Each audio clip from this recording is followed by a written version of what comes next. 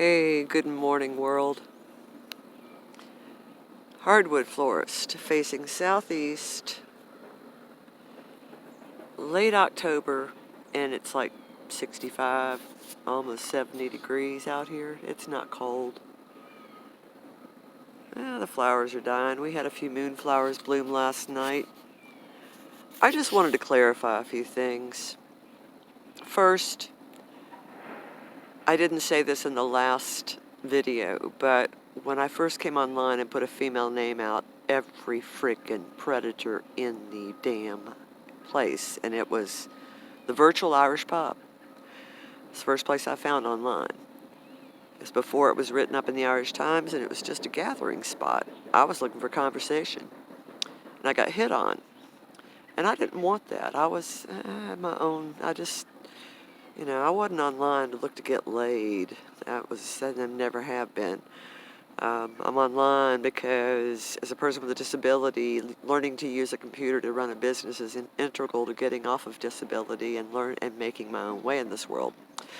So I changed my name to something that indicated that I was very old, even though I was only close to 40 that year. And I made up a name that, all figured if I was old, that said old, the word meaning old, and I was also a gardener, so the middle name indicated that, and the last name was because I was a mom. And I made a website on GeoCities, and it got written up in the Irish Times, and of course, as soon as it did, at the time I was doing some in-your-face activism here in where I live, and the sheriff that's now in prison started posting on my doggone guest book, and that was the first hack, and I got offline. So by the time I came back, it was 5 years later, and everybody had migrated from boards to Fakebook. And I was glad to see hundreds of people I knew from when I was a musician and when I was younger, and people I'd, lost touch with in my youth that I wanted to say, hey, when I was young, I was lost, and I'm glad you're here because I got a chance to apologize to you. And it was lovely. A lot of people just said, hey, we knew you were just a lost child, and I made peace with a lot of people I needed to make peace with before I died. And that was cool. And for whatever reason, I don't know if it's because I was talking about the middle ground and unity and not, I can't stand taking sides. I loved everybody. That's why I was a waitress and a bartender. I was going to open an inn eventually in my life. I can't stand partisanship. I might find commonality with a Trump supporter in the grocery store just because they like to garden. We have 99% of our DNA in common. We have more in common than we differ on, is my point. So, I was shocked when, just because I was expressing that we all should find some common ground because it's really the rich against the rest of us, boy, did I get in some hacking trouble. And at the same time, this is all going on while I've got some activism going on here, which I think I mentioned. I called my county to the federal auditors 5 times and reported my county to the FBI. I can't tell you about what, because some of these cases are ongoing. But a lot of people who down the FBI, I got to tell you, I trust the FBI. They keep things close to their chest because you got to build a good case for court, and you can't do that by going out and telling everybody what you're doing.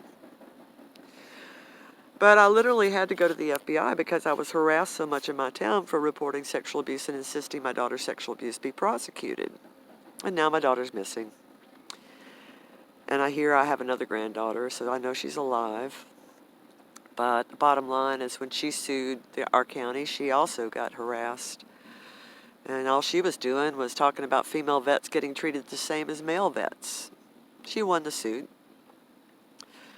Southern Poverty Law Center, which I don't like Morris Dees, but they did help her. And, because my daughter didn't get any help, and because all the abuse I reported never got addressed, and she saw me punished for being truthful, my son did too, boy, it really alienated us. And it's sad because I rescued her from an abusive situation and brought her home, and I thought I could save her. I don't like the internet because there's predators, pedophiles, perverts, and psychopaths on it. We, for 2,000 years, have talked to people face to face, and the internet's not healthy. The fact that other people get upset at you because you have an opinion, every one of us has an opinion. Every one of us has a right to the journey. It says in the Bible, let no man come between you and God. In other words, it's between you and God what you do. I'm supposed to love and care for people and not play that game. I ain't playing the divide and conquer bullshit. I'm just not. I can see it for what it is. Part of my family was of that inbred people from England. Part of my family was Cherokee. I was born taking after the Cherokee. It's in my genes. It's my epigenetics. Had it not been for the civil rights movement, I would never have survived my abusive parents. That's what it comes down to. So I owe people of more melanin my life. They gave me courage. They gave me hope. They taught me how to fight. They taught me how to fight gracefully and with dignity. They taught me how to endure. And when I became 50, I found out that I was actually Cherokee. My mom didn't tell me till I was 50. But I knew in my heart, because I love nature more than civilization. And I knew right then when I found that out that all my life had led me accidentally to come home where my ancestors are from.